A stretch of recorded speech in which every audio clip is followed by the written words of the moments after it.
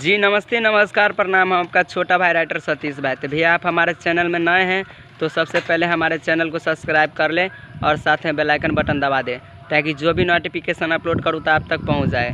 तो भैया आज का फुल एंड फ्री भोजपुरी सॉन्ग लेकर नहीं आप सबके बीच में। तो भैया कुछ दिन से हमारे पास टाइम नहीं मिल रहा था और टाइम के अनुसार मुझे चलना पड़ता था, तो आज से फ्री हो चुका हूँ। आप सबके बीच में प्रति डेली आप सबको एक से एक सॉन्ग लेकर आते ही रहूँगा आप सबके बीच में, और ऐसा ही खलबली मचाते ही रहूँगा, मस्ती दिलाते ही रहूँगा।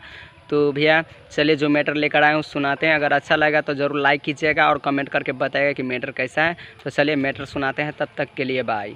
मुखरा सखी रे हम दुख केतना ले सही, नैहर के यार हमारा बिन कैसे रही। सखी रे दुख हम केतना ले सही, नैहर के यार हमारा बिन कैसे रही। राती में सुती बड़ी याद आवता, सैया के रह नहीं भावता, से जिया पघुआ खेलावता मायरे, सैया के रह नहीं भावता, से जिया पघुआ खेलावता।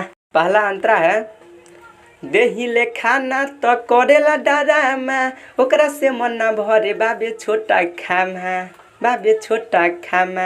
देहिले खाना तो करेला डरामा, ओकरा से मन ना भरे बाबे छोटा खामा। यारवा के कोइलिया दयावता, सैया के रह नहीं भावता, से जिया पघुआ खेलावता मायरे, सैया के रह नहीं भावता, से जिया पघुआ खेलावता। का कही रे। दूसरा अंतरा है राइटर सतीश गीत लिखेला बीजो रहो, मनीष यार लाल कटले बाठो रहो।